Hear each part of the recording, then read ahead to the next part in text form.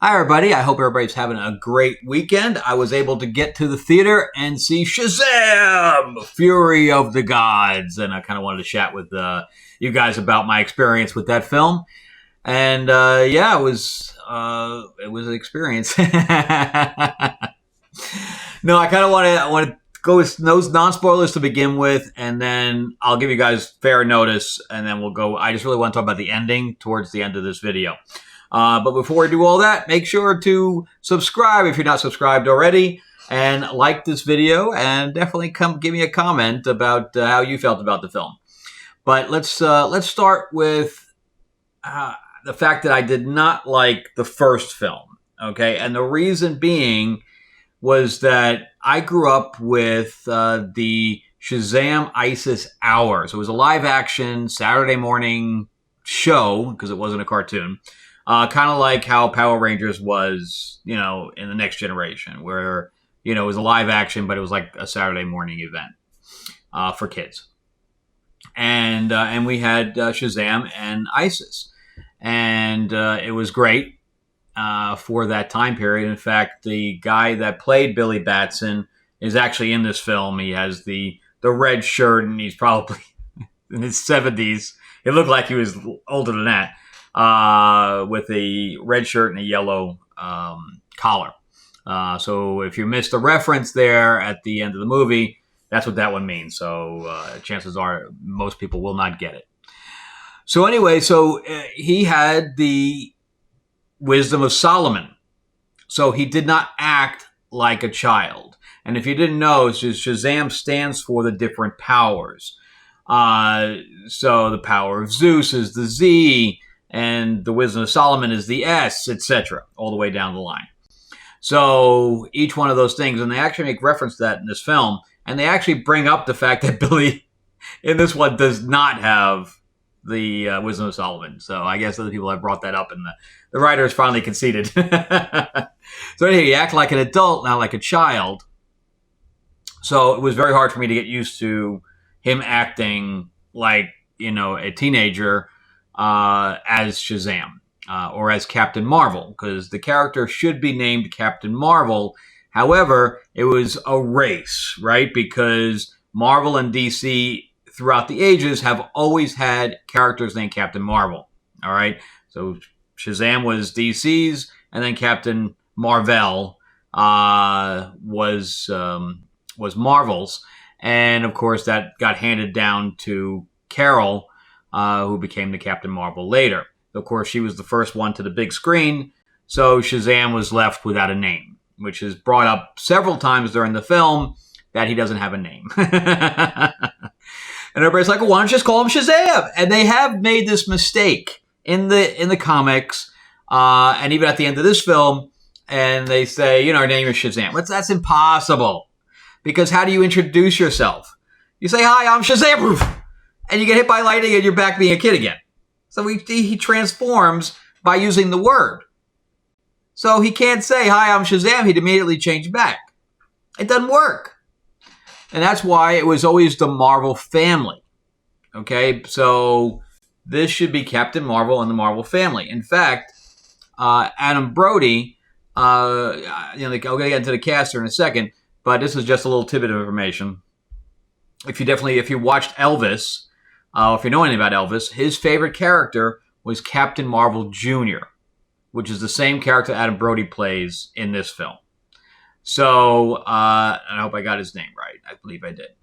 So anyway, that's a little tidbit of information. In real life, Elvis's favorite character was Captain Marvel Jr.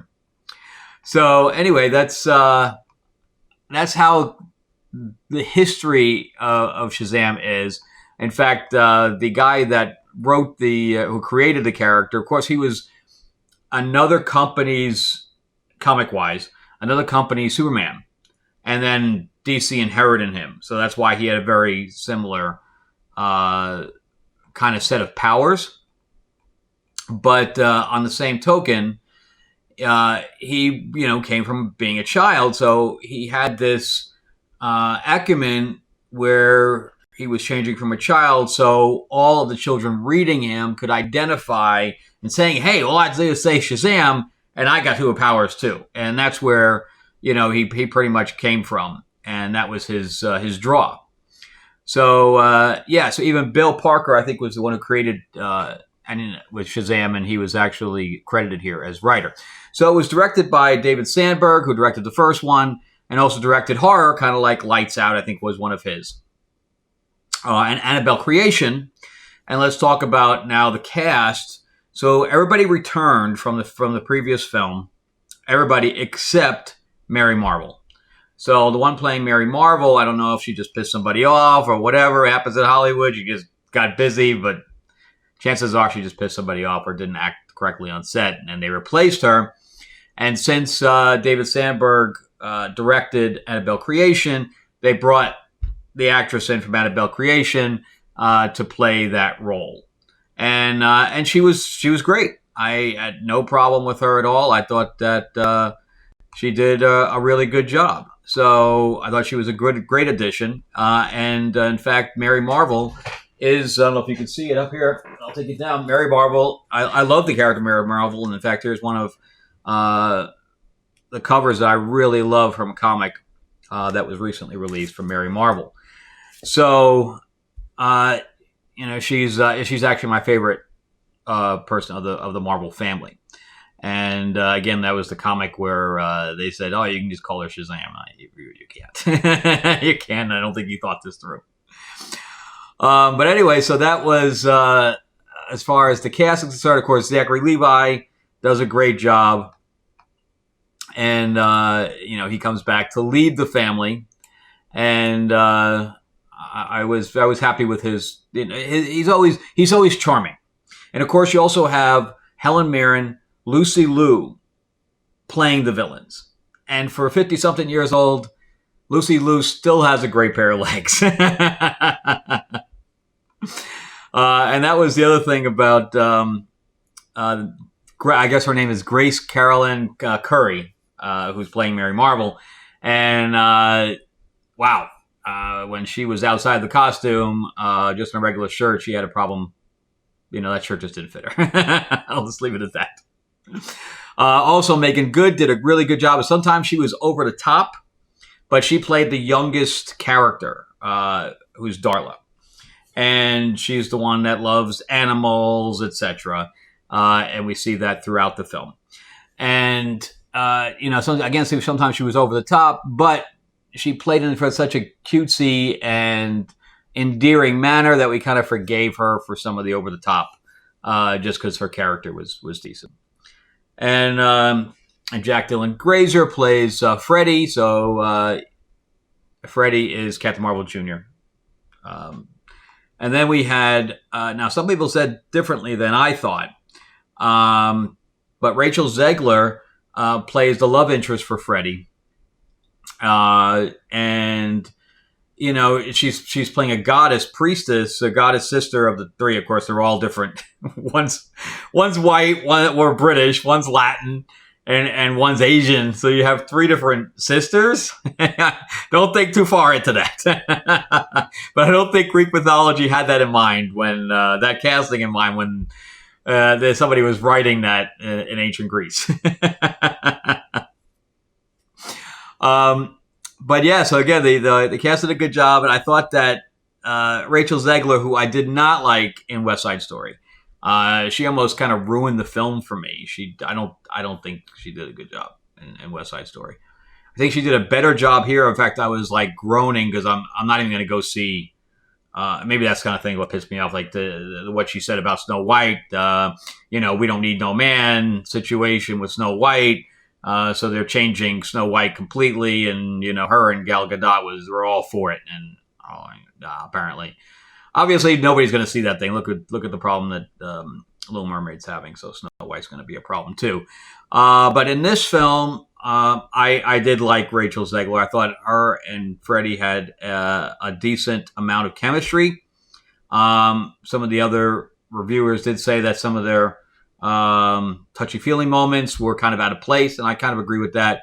Some of them said they didn't have any chemistry at all, but I disagree. I thought they had a little bit of chemistry there, and I was fine with it. So moving into the plot, first of all, let's talk about the people who wrote it. So the writers are Henry Gayden, who barely wrote anything. He wrote this one, and he wrote the original one, and that's pretty much it. Chris Morgan was more of the seasoned writer on this thing. I guess was kind of more toning it. And he wrote a bunch of the Fast and Furious movies, which is probably how Helen Mirren got in here. And even they referenced, Fast and Furious even in the trailer. He's like, it's all about family. And, I see them all the Fast and Furious movies. And I'm sure that he was the writer that put that in there. So he wrote that. And, of course, the last Shazam movie. I think the costumes are better here. They had instead of it just being one piece of fabric, they had all of the intricacies inside the costume, and I like the costumes better in this one. And the action, so the beginning with was this whole thing with the action. See, that's what brought me. That's why I even went to see this movie. Because at the end of the first movie, when all the family was brought in, that's when I was all in. I said, okay, I'll go with just being the kids, blah, blah, blah, as long as I can see them all together. And that's why I went to see this one when I found that they were all together and there was that dynamic, the family dynamic. Okay, I was all in on this one. And that's why I went to see it opening night, where I didn't see the other one until it came out on, TV. So I like this one a lot better because of that. And I know some of the critics and everything else like the first one better, but I like this one better. And in the beginning, they're all working together, and they have this wide shot, and all the cakes are going, and it's all chaotic, and they're trying to work together, and some of them are kind of hamming it up, and some of them, the other ones are treating it seriously, and then Darla's got to find where the animals are to help. So we went to see this movie to have fun, and if that's the case, you will have fun. And I like this movie all the way up till the end. Okay, and we're going to talk about the ending. After the battle's over, I had a big problem with how this was ended. And it ended similarly to like Ant-Man, where everything had to be in a big friggin' boat. And I had a problem with it on Ant-Man, and I had a problem with it here. But again, we'll talk about the spoiler side, after I give my rating. So we have the sisters that are released, and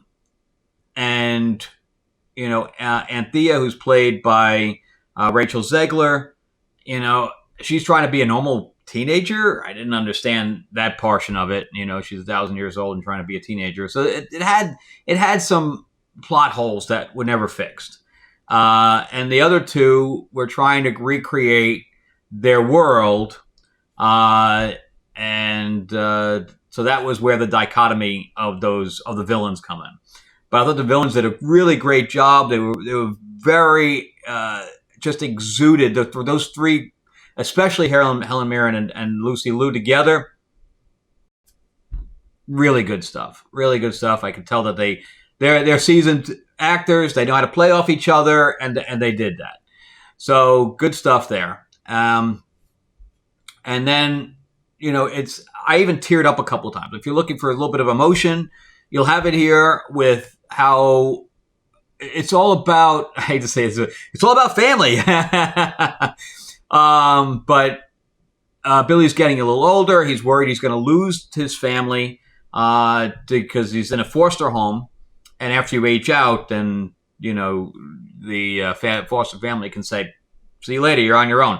And so he's worried about that and losing his brothers and sisters. So there is some emotional twings in here that really, really make you tear up a little bit. So I was happy to see that they were pulling on the heartstrings a little bit and making you feel for the characters. And I thought that really worked here. So we have the family dynamic. We have them trying to be superheroes. You have some of them that are trying to be more independent.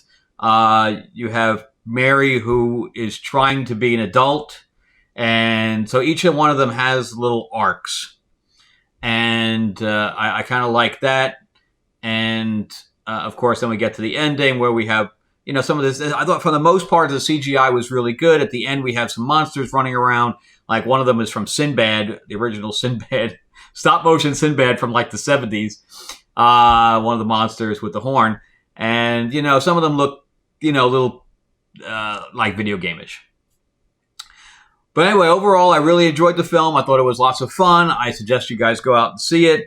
And I liked everything up till the end fight scene.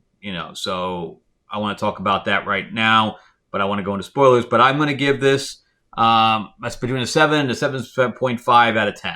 Okay, it's above average for me, but not great. So is the movie going to see again? Yeah, I'm going to watch this movie again. Absolutely. I didn't watch the first movie over again, but I am going to watch this one. I enjoyed the action and I enjoyed the family dynamic. And it's colorful and it's exciting and it's heroic. So it's all the good things. So anyway, definitely go see that. And now I want to go into spoilers. So you have been warned because we're going to talk about the end of the film now. So if you have not seen it, shut me off. Shut me up. I know there's a lot of my friends who would like to say that. Just shut the hell up. And now you have the button to do that. And I know they wish they had. All right. So hopefully now you've hit the button. And we're going to get into the ending. All right. So hopefully now you've already seen it or you plan on not seeing it. But let's talk about the ending. So I know that they ruined the little cameo of Wonder Woman going to be in here. And I thought that the cameo was a complete waste. Okay. So at the end, you had, first of all, let's get into related to Ziegler. Why the hell did she paperwork to get into school? She didn't have the powers to like make up paperwork. Why the hell was she in school? So that's one thing that they never answered and didn't bother with. But Billy sacrificed himself. Okay. So Billy made the ultimate sacrifice. I thought by bringing him back, they ruined his sacrifice. They ruined it. Same with Ant-Man, like I mentioned. There was no reason for Ant-Man to be rescued, Ant-Man and Wasp to be rescued, to go back to the thing where everything was tied into a big bow at the end. It should have left them dead. And if because we already knew, even they knew that they were not going to be making another Shazam movie. So there was no reason to bring him back. None. And then you had her come in just to resurrect him and make it so easy. And he came back even changed. He didn't come back even as Billy. He came back changed. And I thought that the ending should have been, Mary and, having a few of them get just the whole family getting their powers back. And then they would have, if they did make another film, then they could have brought Billy back later. There was no reason to bring him back right now. Plus, they had Gal Gadot. They had her under contract. They had her in the costume. I know that they only had like a one-day shoot. Why didn't they make it another couple of days or even a week shoot for her, pay her for the week, and they could have put her in all the ending, right, where they needed her, right? So I know that they wanted to use the Skittles thing, and somebody else brought this up. Snarky J set this up too, where, that was product placement for the wrong reasons or whatever. They went too far with the product placement. I agree with that. However, okay, so let's think about this. They got the Darla fed the unicorn the Skittles, right? So they brought him, but then right next to that there was just a pile of them coming. They didn't have enough Skittles for everybody. In fact, Mary even said we need to get more Skittles. So they're charging, right? For all we know, they were ready to kill all the heroes, right? That would be the perfect time for the the Wonder Woman theme to come in, and she pops up in front of all of the unicorns, and she stops them in their tracks. And she's the one that speaks to them, because she can speak to animals, or at least mythical creatures, and have them join their team. And then we can have cut back some of the other fight scene stuff that was unnecessary, and she's in there, fighting for the thing, and basically sits there watching him die too. I thought that would have been a lot more of a use for Wonder Woman than what they did. They did nothing with her. They had her under contract. It was disappointing. bringing him back was a disappointment. So after the fight scene, the movie went to crap for me. I mean, if I watch it again, probably after Billy's death, I will probably shut it off. I don't need to see the rest of it because the rest of it's just bad. Again, I don't know whose decision that was, but it was a bad decision. Anyway, that's it for me. So as far as all the projects that I have going on, you'll be pleased to know that Tales of Ravenor the Iron Witch is now complete. It's done. I've actually did digital fulfillment today. I leave for Atlanta on Tuesday, so I didn't want the test books sitting for a week. So I'm going to order them while I'm in Atlanta so that they're here when I get back. And then after I approve the tests, then I'll be fulfilling all the printed material. All right, so that's it as far as Tales of Ravenor. And you'll be pleased to know that we have now started a Tales of Ravenor D&D module that will also be Pathfinder compatible. And we're going to be delving into that world, and you'll be able to create your own wielders and your own priest or priestesses and have your own crux and all this stuff, and it's going to be great. So I'll keep you guys all informed on that, but we are doing a D&D module for that.